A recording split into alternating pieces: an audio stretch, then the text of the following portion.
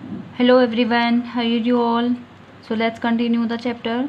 Previous class में हमने पढ़ा था कि जो नरेटर था वो बहुत ज़्यादा परेशान था क्योंकि उसका घर जल गया था, उसका स्कूल चेंज हो गया था, उसके जो फ्रेंड्स थे वो उससे छूट गए थे और सबसे बड़ी बात जो उसकी कैट थी वो भी उसको कहीं मिल नहीं रही थी।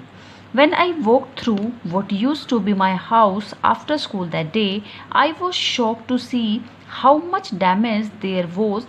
Whatever hadn't burned was destroyed by the water and chemicals they had used to put out the fire.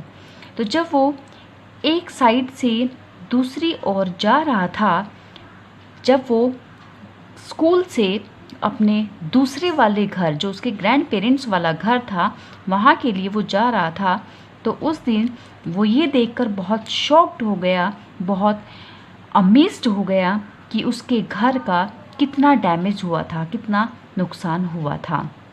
The there was what ever hadn't burn, जो चीज़ें जली नहीं थी वो पानी से और जो केमिकल आग बुझाने के लिए यूज़ किया गया था उनसे डिस्ट्रॉय हो गई थी। The only material things not destroyed were the photos, albums, documents, and some other personal item that my mother had managed to heroically rescue.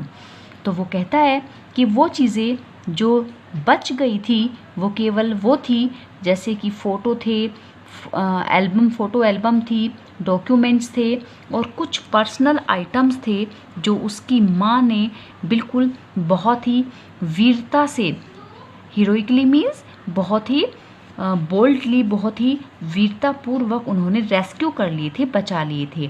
But my cat was gone and my heart ached for her, लेकिन जो उसकी बिल्ली थी वो चली गई थी, वो उसको कहीं मिल नहीं रही थी और इस बात से उसको बहुत पेन हो रहा था, उसका हृदय बहुत दुखी था। There was no time to grieve, लेकिन ऐसे दुख मनाने का कोई टाइम नहीं था। My mother rushed me out of the house, उसकी माँ दौड़कर उसके पास आई।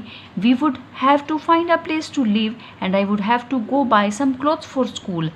वो कहती है कि उनको रहने के लिए एक नया घर ढूंढना होगा और स्कूल जाने के लिए कुछ कपड़े भी खरीदने पड़ेंगे क्योंकि सारे कपड़े उसके आग में जल चुके थे। We had to borrow money from my grandparents because there were no credit cards, cash, or even any identification to be able to withdraw money from the bank. Everything had gone up in smoke. अब उन लोगों को अपने grand parents से रुपए उधार लेने पड़े, उनसे उनको पैसा उधार लेना पड़ा बिकॉज़ उनके पास ना कोई क्रेडिट कार्ड था, ना उनके पास कैश था, इवन यहाँ तक कि उनके पास बैंक से पैसा विड्रॉ करने के लिए, मनी निकालने के लिए उनके पास इस समय कोई आइडेंटिफिकेशन भी बची नहीं थी। Everything had gone up in smoke, सब कुछ उनका धुएं में उड़ गया था। इट मीन्स सब कुछ आग में जल गया था। That week the rubble that used to be our house was being cleared of the load. तो उस वीक में जो ईंटों के टुकड़े जो कि उनके घर के थे वो वहाँ से क्लियर कर दिए गए थे। Even though we had rented an apartment nearby, हालांकि उन्होंने एक घर पास में ही किराए पर ले लिया था, एक अपार्टमेंट, एक फ्लैट ले लिया था। I would go over to watch them clear away debris hoping that my cat was somewhere to be found, और इस उम्मीद के साथ कि उसकी बिल्ली वहाँ पर मिल जाएगी। जब वहाँ से वो डिबेरिस, वो मलबा हटाया जाता था उसके घर से तो वो वहाँ पर पहुँच जाता था अपनी बिल्ली को ढूंढने के लिए, उसको क्योंकि उम्मीद थी कि शायद उसकी बिल्ली उसको मिल जाए। शी वॉज गॉन, वो चली गई थी। I kept thinking about her as that vulnerable little kitten, वो उस बेचारी बिल्ली के बारे में बहुत ज़्यादा सोचता रहता था। In the early morning when I would disturb her and get out of bed she would tag along after me, climb up my robe and crawl into my pocket to fall asleep. सुबह जब वो उसको उसको tease करता था, tease in the means disturb उसको करता था, उसको छेड़ता था, उसके साथ खेलता था और फिर सोकर उठता था, तो वो हमेशा उसके पीछे पीछे आती थी और फिर क्लाइंब अप माई रॉब, जो वो अपना एक गाउन टाइप होता है, रॉब बोलते हैं उसको, उस पर चढ़ जाती थी और फिर क्रॉल इनटू माय पॉकेट और धीरे धीरे रेंग कर वो उसकी पॉकेट में सोने के लिए चली जाती थी। I was missing her terribly, वो बहुत ही भयानक तरीके से अपनी कैट को याद कर रहा था। It always seems that bad news spreads quickly, ऐसा हमेशा लगता है, ऐसा हमेशा देखने को मिलता है और ऐसा हमेशा होता भी है कि जो बैड न्यूज़ होती हैं वो बहुत जल्दी से फैल जाती हैं। And in my case it was no different, लेकिन उसके केस में ऐसा नहीं था, बिल्कुल अलग था। एवरीवन इन हाई स्कूल, उसके स्कूल में, इंक्लूडिंग द टीचर्स, हर कोई, टीचर्स भी, हर कोई was aware of my plight, उसकी हालत को समझते थे कि उसकी कैसी दुर्दशा थी। आई वॉज एम्बैरेस्ड, वो बहुत ज़्यादा इस बात के लिए परेशान हो रहा था, as if somehow I were responsible, क्योंकि उसको लगता था कि किसी न किसी तरीके से इस चीज़ के लिए वो जिम्मेदार था। मीन्स उसका घर जो जला, उसकी बिल्ली उससे छूट गई, इन सारी चीज़ों के लिए वो रिस्पॉन्सिबल था। What a way to start off at a new school, क्योंकि उसके एक नए स्कूल की शुरुआत करने का ये क्या तरीका था। This was not the kind of attention I was looking for, और ये लुकिंग फॉर जिसको वो ढूंढ रहा था, ये उसके ध्यान देने का एक तरीका बिल्कुल नहीं था। The next day at school, अगले दिन स्कूल में, people were acting even more strange than usual, लोग जो हैं वो रोज़ के बजाय कुछ ज़्यादा ही स्ट्रेंज तरीके से एक्ट कर रहे थे। I was getting ready for gym class at my locker, वो अपनी जिम क्लास के लिए रेडी हो रहा था। People were milling around me, लोग, मिलिंग मीन्स जो मूविंग एमलेसली, लोग उसके चारों तरफ बिना किसी कारण के घूम रहे थे।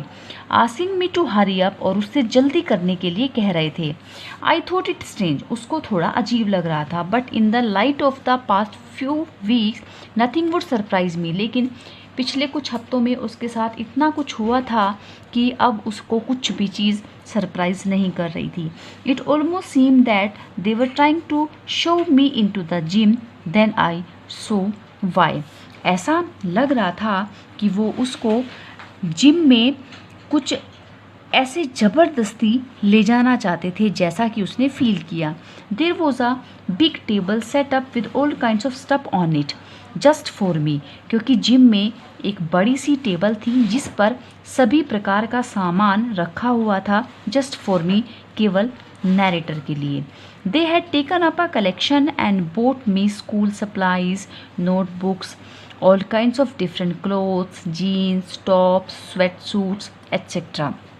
क्योंकि सारे क्लास के स्कूल के बच्चों ने, इवन टीचर्स ने मिलकर कलेक्शन किया था, और उसके लिए जो स्कूल के लिए ज़रूरी सामान था, नोटबुक्स थी, डिफरेंट अलग अलग तरीके के कपड़े थे, जीन्स, टॉप्स, स्वेट सूट्स, इस तरह की जो उसकी ज़रूरत की चीज़ें थी वो उन सब लोगों ने खरीदी थी। इट वॉज लाइक क्रिसमस, उसके लिए तो ये बिल्कुल क्रिसमस जैसा लग रहा था। I was overcome by emotion, वो इमोशन से ओवरवेल्म्ड हो गया, मीन्स उसकी आंखों में आंसू आ गए। People who had never spoken to me before were coming up to me to introduce themselves, वो लोग जो कि उससे कभी बोलते नहीं थे, वो उसके पास आए और उससे बातें की, अपने आप को उनसे इंट्रोड्यूस कर किया।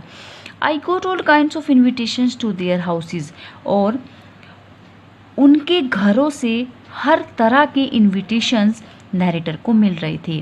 There genuine outpouring of concern really touched me, जो सचमुच में जो उनका ये एक रियल जो एक भावात्मक टच था, आउटपोर था, उसने नैरेटर के हृदय को छू लिया था। इन दैट इंस्टेंट, उस समय पर, I finally breathe a sigh of relief, उसने एक राहत की सांस ली। And thought for the first time that things were going to be okay, और उस समय पहली बार उसने सोचा कि सभी चीज़ें उसके लिए ठीक होती जा रही थी। I made friends that day, और इस तरह से उस दिन उसने अपने नए स्कूल में कुछ फ्रेंड्स बना लिए थे। तो इस तरह से लोग जो होते हैं वो ऐसा कभी नहीं होता कि दूसरों को हेल्प करना नहीं चाहते, या एक न्यू एटमॉस्फेयर में सारी चीज़ें स्ट्रेंज होती हैं, ऐसा बिल्कुल नहीं था। जब उसके स्कूल में सबको ये पता चल गया था कि उसकी क्या कंडीशन थी, तो उसको ज़रूरत की सारी चीज़ें देने के लिए, उसकी हेल्प करने के लिए उन लोगों ने कलेक्शन किया, और इस तरह से उसको सारा ज़रूरी सामान उसके लिए इकट्ठा कर दिया गया। Okay students, I hope it's clear to you. Please subscribe the channel, like and share the video. Thank you so much.